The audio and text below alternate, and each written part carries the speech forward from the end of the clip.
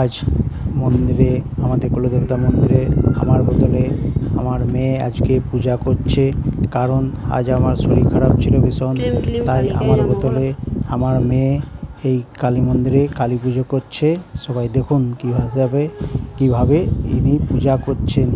এই আমার মেয়ে আমার থেকেও ভালো পুজো করতে জানে, ভালো কালী ভক্ত, সবার থেকে ভালো পূজা করে, আমার থেকেও ভালো পুজো করে, সব জানে পুজোর মর্ম, কেমন করে পুজো করতে হয়।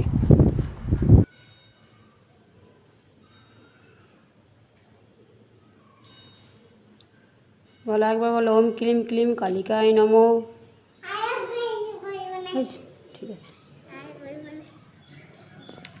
নম করেছে ঠাকুরকে উঠে